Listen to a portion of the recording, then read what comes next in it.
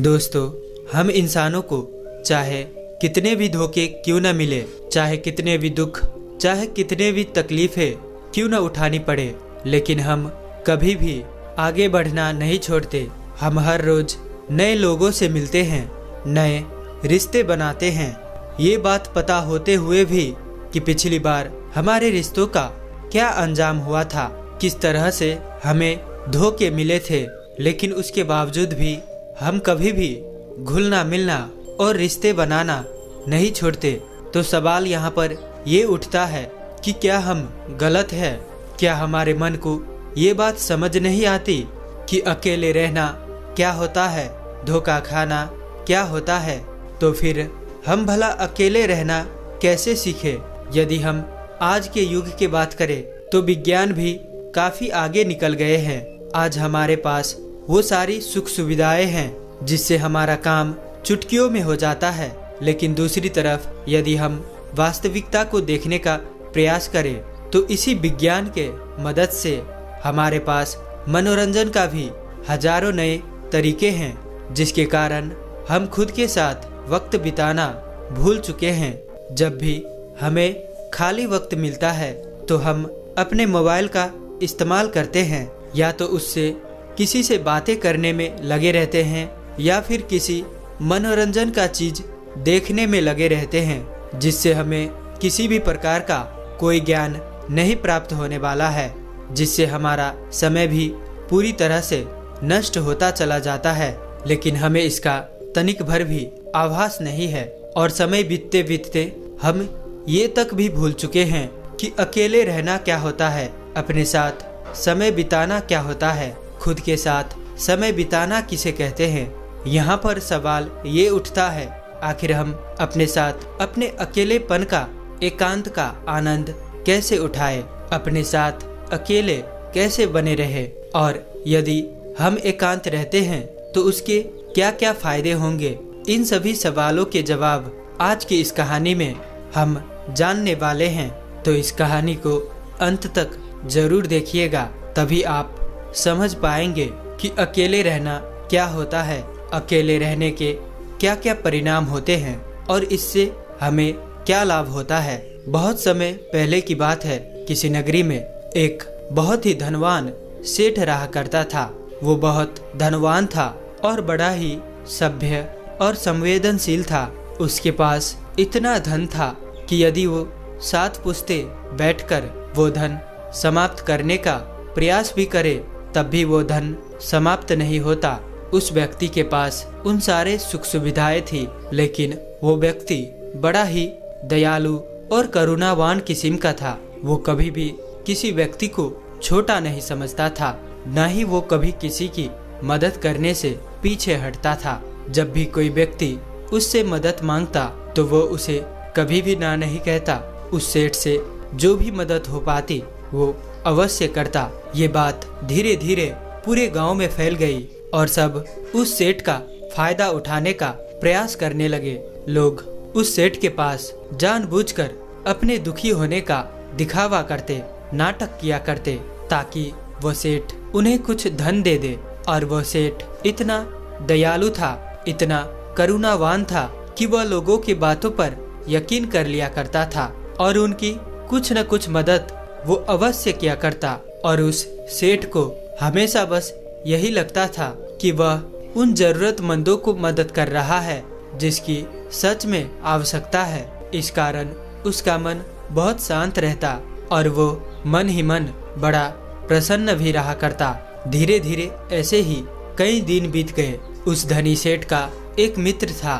उसे जब ये बात पता चली कि लोग उसके मित्र का फायदा उठा रहे हैं, उससे झूठ बोलकर धन ऐंठ रहे हैं, तो वह अपने मित्र के पास गया और उसने उस धनी सेठ को सारी बातें, सारी असलियत बता दी कि कैसे लोग उसका फायदा उठा रहे हैं, लोग उसका मजाक बना रहे हैं। जब उस धनी सेठ ने अपने मित्र के मुख से ये सारी बात सुनी तो उसे यकीन नहीं हुआ। उसने सोचा कि क्यों न मैं ही इसकी जांच पड़ताल करूं, और उसने जब जांच पड़ताल की तो उसे भी यही पता चला कि लोग उसका फायदा उठा रहे हैं, उसका मजाक बना रहे हैं और जब ये बात उस धनी सेठ को पता चली तो उसके दिल को गहरा धक्का लगा, उसे बहुत ठेस पहुंची। लेकिन इतने समय में अब उस धनी सेठ के कई मित्र बन चुके थे। उनमें से कई मित्र सच्चे थे तो कई झूठे, लेकिन उनमें से कौन से मित्र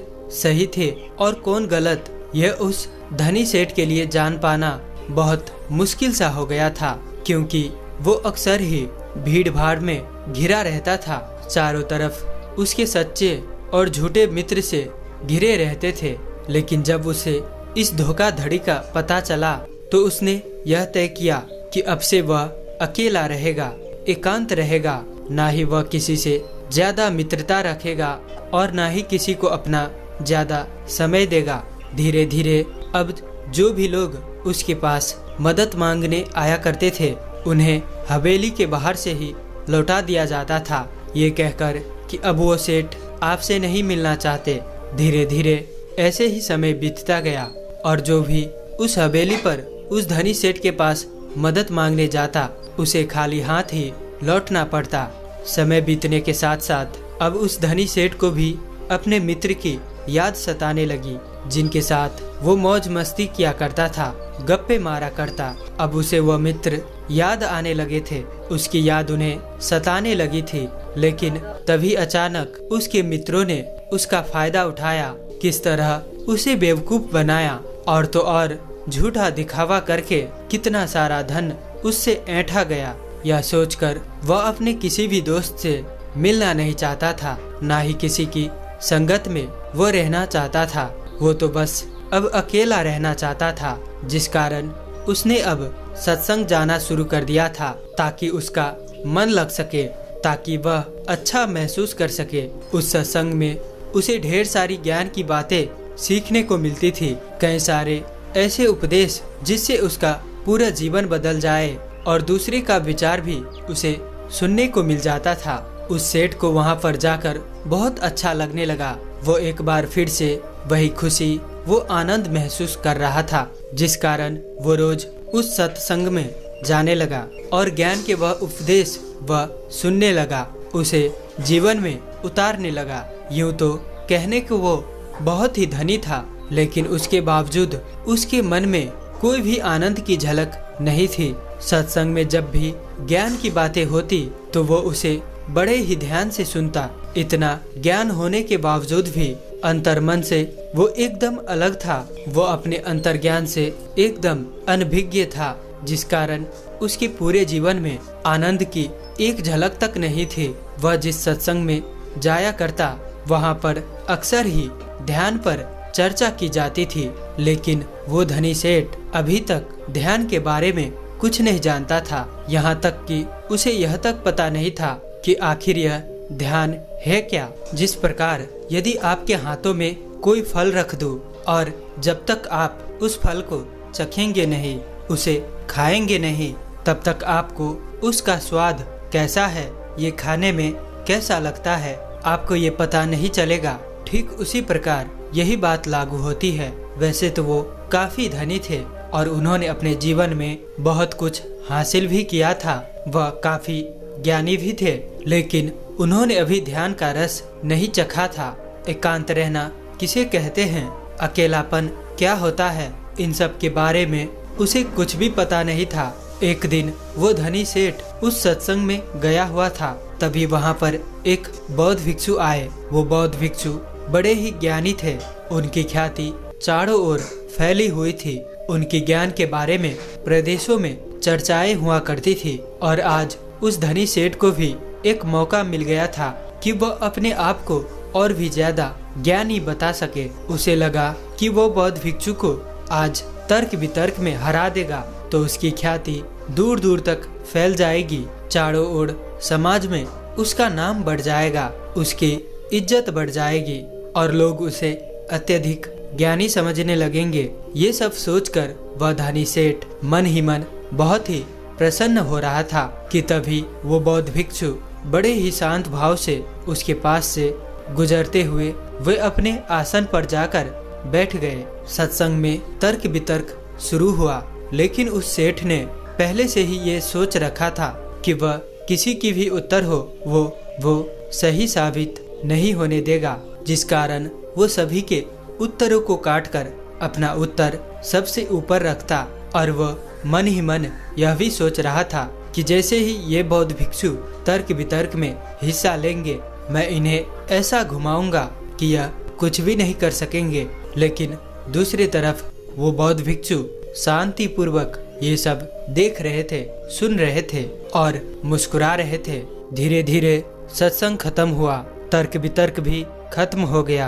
अब उस सेठ से रहा नहीं गया। वो ये सोचने लगा कि आखिर इतने सवाल जवाब के बाद भी बौद्ध भिक्षु ने क्यों कुछ नहीं कहा। वह सेठ उन बौद्ध भिक्षु के पास गया और उनसे कहने लगा, हे गुरुवर, मैंने आपकी बहुत चर्चा सुनी है, बहुत बातें सुनी है, लेकिन आपने यहाँ पर कुछ भी नहीं कहा। मैंने यहाँ तक सुना है कि आपके पास बहुत ज्ञान है, लेकिन फिर भी आपने यहाँ पर कुछ भी नहीं कहा। आप तो एकदम चुपचाप केवल बैठकर ये सब देखते चले गए। क्या आपको मेरी बातें समझ नहीं आ रही थी, या आपको ये लग रहा था कि आप मेरे सवाल जवाब से हार जाएंगे?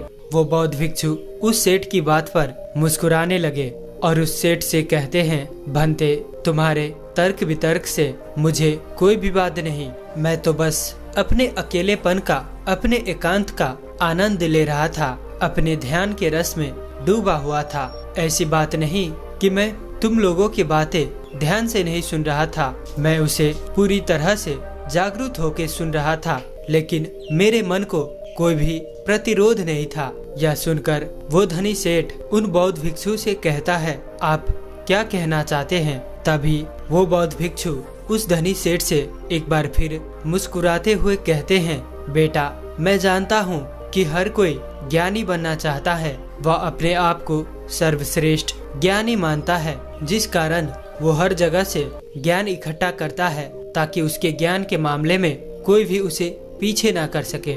लेकिन यदि कोई ज्ञानी व्यक्ति इस भूल में पड़ जाए कि वह सर्वश्रेष्ठ ज्ञानी है और उसे कोई नहीं हरा सकता, तो यह उसकी सबसे बड़ी भूल है। क्योंकि सबसे बड़ा ज्ञान तो यही है कि अपने ज्ञान का प्रदर्शन नहीं करना चाहिए, अपने ज्ञान को गिरा देना चाहिए, अपने आप को ये याद दिलाना चाहिए कि मैं अज्ञानी हूँ। ऐसा करने से आपके भीतर का अहंकार, आपके भीतर का वो घमंड पूरी तरह से टूट जाता है और तब आपका अनुभव आपके सामने आ जाता है। और वास्तविकता तो अनुभव में ही है, लेकिन लोग तो यहाँ पर ज्ञान की किताबें पढ़कर अपने आप को ज्ञानी समझ बैठते हैं। वे सोचते हैं कि जो ज्ञान उन्होंने अर्जित किया है वह तो किताबों का ही है, वो किताबी ज्ञान को ही असल सत्य मान बैठते हैं। और यही कारण है कि ऐसे लोग कभी भी एकांत का वह आनंद नहीं उठा पाते,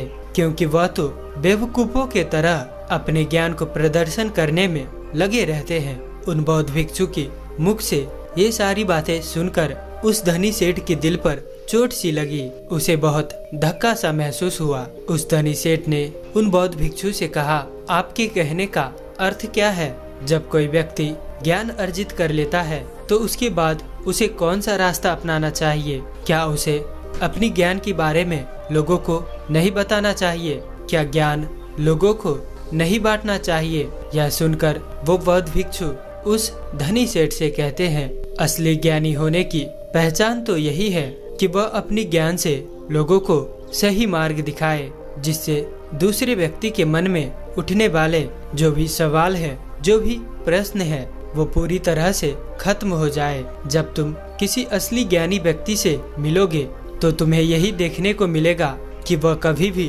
अपने ज्ञान का प्रदर्शन नहीं करते, बल्कि उनका एकांत ही, उनकी चुप्पी ही तुम्हारे सभी सवालों का जवाब दे दे। जरा एक बार के लिए ये सोचो कि तुमने इतना ज्ञान प्राप्त किया, इतनी ज्ञान की बातें की, लेकिन इस ज्ञान का क्या फायदा जब तुम खुद ही अपने साथ रहना नहीं जानते, अपने एकांत, अपने अकेलेपन का आनंद लेना नहीं जानते? तो भला इतना ज्ञान इकट्ठा करके, इतना ज्ञान अर्जित करके क्या फायदा हुआ? जरा दिमाग लगाओ, सोचो कि क्या तुम अपने आप को अभी तक जान सके हो? उन बौद्ध भिक्षु के मुख से ये सब सारी बातें सुनकर वह धनी सेठ उनके चरणों में गिर पड़ा और उनसे कहने लगा, हे गुरुदेव, तो अब मुझे क्या करना चाहिए? मैं कैसे एकांत का लाभ उठा सकता हूँ? कैसे अकेलेपन का वो आनंद उठा सकता हूँ? वो बौद्ध भिक्षु उस धनी सेठ से कहते हैं,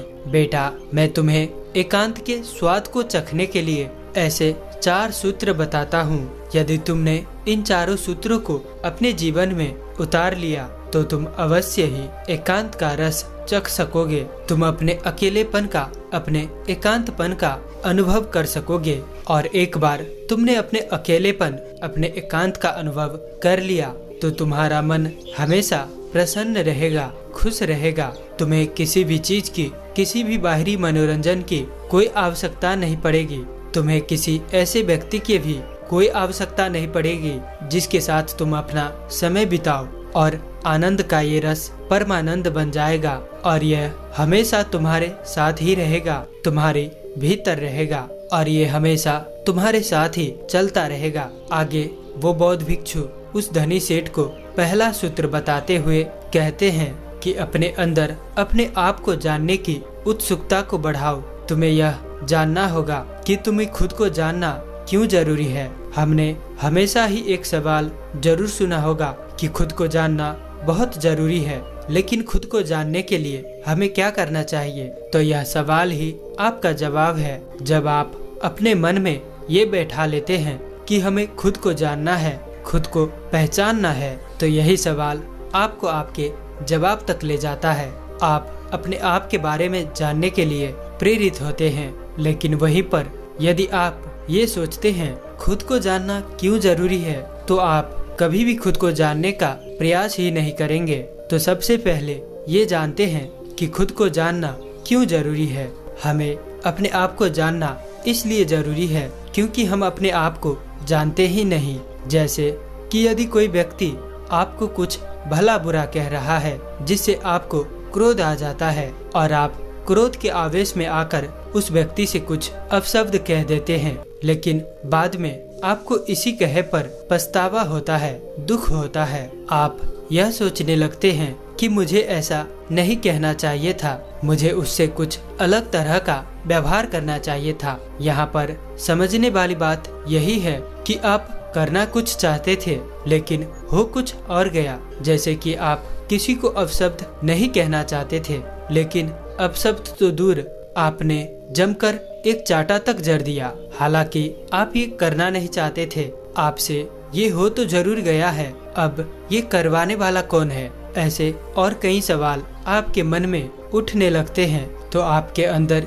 इसे जानने के लिए भी उत्सुकता जाग उठती है कि आपको खुद को जानना क्यों जरूरी है। यदि आप खुद को जानते हैं तो आप कभी भी ऐसा व्यवहार नहीं करेंगे, बल्कि आप उस व्यक्ति के अपशब्दों पर खुद को देखेंगे, समझेंगे, परखेंगे और उसके बाद ही कोई प्रतिक्रिया आप उस व्यक्ति के लिए जनाएंगे, जिससे बाद में आपको उस व्यक्ति के लिए कोई पछतावा नहीं होगा और आपका मन भी पूरी तरह से शांत रहेगा। आगे वो बौद्ध भिक्षु उस धनी सेठ को अगला सूत्र बताते हुए कहते हैं कि आजकल के जीवन में हमारा मन अनेकों प्रकार की मनोरंजन से घिरा रहता है। तो क्या ये सही है? आपने देखा होगा कि जब आप अपने मोबाइल का इस्तेमाल कर रहे होते हैं थोड़े समय के लिए तो ठीक है, लेकिन जब आप इसे लंबे समय तक इस्तेमाल करते हैं, अपना मनोरंजन करते हैं, तो आप अपने ही फोन से ऊब जाते हैं और फिर हमारा मन किसी और चीज में भी नहीं लगता। जिस मनोरंजन से हमारा मन खुश होना चाहिए था, हम उसी से ऊब जाते हैं, परेशान हो जाते हैं, चिंतित हो जाते हैं। इस विज्ञान ने हमें बहुत कुछ दिया है, लेकिन वहीं पर दूसरी तरफ हमें कुछ ऐसे साधन भी दे दिए हैं जिससे हम कभी भी एकांत नहीं रहना चाहते हैं। हम हमेशा मनोरंजन में डूबे रहना चाहते हैं और इससे हमारा एकांत छिन गया है। और इसका सबसे बड़ी उदाहरण आपके हाथों में है, अर्थात आपका ये स्मार्टफोन। आपने देखा होगा यदि आप कहीं जा रहे हो और आपका मोबाइल यदि घर पर भी छूट गया हो तो आप तुरंत दौड़े दौड़े उसे लेने के लिए वापस घर लौट आते हैं, क्योंकि आप इसके बिना रह नहीं सकते हैं, क्योंकि आप इसके बिना अपने आप को अधूरा मानते हैं। यदि आप इस चीज को और अच्छे से समझना चाहते हैं तो मैं आपको एक प्रयोग बताता हूँ। एक दिन के लिए आप अपना स्मार्टफोन स्विच ऑफ करके किसी ऐसी तिजोरी में रख दे जहाँ पर आप इसे चाह कर भी छू न पाए। इसी तरह से आपको पूरा अपना एक दिन बिताना है। यकीन मानिए आपको अपना ये एक दिन बिताना बहुत महंगा पड़ेगा, बहुत भारी लगेगा, क्योंकि जिस स्मार्टफोन के जरिए आप अपना पूरा समय, आप अपना पूरा दिन काट लेते हैं, जब वही आपके हाथों में नहीं होगा तो आपको अपना एक एक मिनट काटना बहुत मुश्किल लगेगा। लेकिन वास्तविकता तो यही है कि हमने अपने एकांत की बात को इन आविष्कारों के हाथों दे दी है, जिस कारण हम कभी भी अपने एकांत नहीं ढूंढ पाते हैं, हम एकांत का वो रस नहीं चख पाते हैं। आगे वो बौद्ध भिक्षु उस धनी सेठ को तीसरा सूत्र बताते हुए कहते हैं कि अपने आप को खाली रखो, क्योंकि आजकल लोग भाग दौड़ में इतना व्यस्त रहते हैं कि उनके पास अपने लिए तनिक भर का समय नहीं है, और जो थोड़ा मोरा समय हमें अपने लिए मिलता है वो भी हम मनोरंजन में लगा देते हैं, जिस कारण हमें अपने आप को जानना बहुत मुश्किल सा लगने लगता है। जब भी कोई थोड़ी सी भी विपत्ति हमारे ऊपर आती है हम बहुत ही जल्दी चिंतित हो जाते हैं, हम परेशान हो जाते हैं, क्योंकि हमें अपने बारे में कुछ पता ही नहीं। लेकिन जब हम एकांत रहना सीखते हैं, अपने साथ अपना समय व्यतीत करना शुरू करते हैं, तभी आपको अपने अंदर की वो शक्तियाँ, वो ताकत, वो काबिलियत हमें समझ में आने लगती है और आप हर तकलीफ के लिए भी पूरी तरह से तैयार होते हैं। इसलिए खाली रहने की आदत डालिए, ये आपके लिए, आपके भविष्य के लिए बहुत जरूरी है। आगे वो बौद्ध भिक्षु उस धनी सेठ को चौथा सूत्र बताते हुए कहते हैं कि इस संसार में रहकर अपने एकांत में रहना सीखना होगा। ये संसार, ये समाज, इसके साथ हम या तो बहुत अधिक लगाव रखते हैं या तो बहुत अधिक घृणा करते हैं, जिस कारण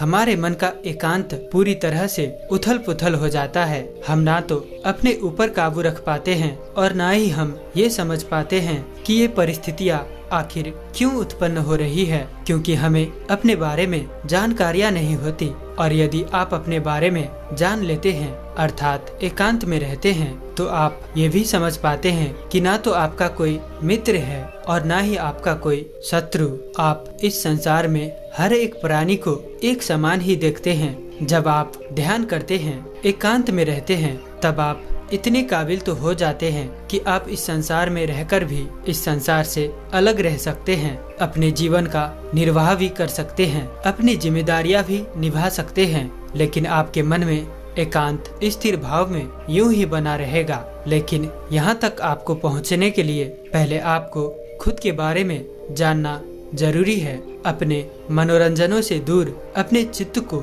दूसरी दिशा में ले जाना होगा, खुद के साथ वक्त बिताना होगा, खुद को जानना होगा, अपने आप को पहचानना होगा, जहाँ पर आपके मन का मनोरंजन ध्यान के द्वारा होगा। और ऐसा करने से आपको कभी भी कोई भी तकलीफ नहीं पहुंचा पाएगा, न ही आपको कभी कोई धोखा दे पाएगा, क्योंकि आपने तो ध्यान से ये जान लिया होगा कि ना तो कोई आपका मित्र है, ना ही कोई आपका शत्रु, ना ही आपका कोई बहुत करीब है और ना ही कोई आपसे बहुत दूर। ये सारी बातें सुनकर वो सेठ उन बौद्ध भिक्षु के चरणों में गिर पड़ा और उन्हें प्रणाम करके वो वापस अपने घर की ओर लौट गया। और आपको ये कहानी कैसी लगी कमेंट में जरूर बताएं, और साथ ही हमें सपोर्ट करने के लिए इस चैनल को सब्सक्राइब करके घंटी बटन को भी जरूर से दबाएं। अंत तक साथ देने के लिए मैं किशन शर्मा आप सभी का दिल से बहुत बहुत धन्यवाद करता हूं। तो मिलते हैं ऐसी कोई और नई वीडियो में।